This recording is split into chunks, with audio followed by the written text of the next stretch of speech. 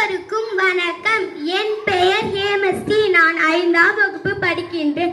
நான் குழந்தை பாதுகாப்பு என்ற தலைப்பில் பேச வந்துள்ளேன்.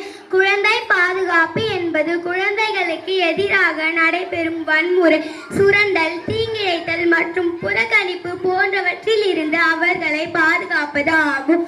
இன்றைய காலகட்டத்தில் குழந்தைகளுக்கு எதிரான பல சட்டவிரோத செயல்கள் நடக்கின்றன.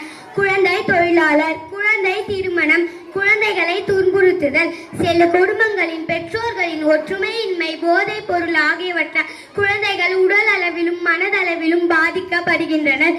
பள்ளிக்கு செல்ல வேண்டிய குழந்தைகளை வேலைக்கு அமர்த்துதல், வன்கொடுமைகள், குழந்தைகள் கடத்தல், திருட்டு விற்பனை போன்றவை கடுமையாக தண்டிக்கப்பட வேண்டியதாவை. குழந்தைகள் பாதுகாப்பில் பெற்றோர்கள் கண்டிப்பாக பாதுகாக்க வேண்டும். குழந்தை பாதுகாப்பு, ஒற்றுமையின்மை, போதைப் பொருள் ஆகியவை கடுமையாக தண்டிக்கப்பட வேண்டியதாவை.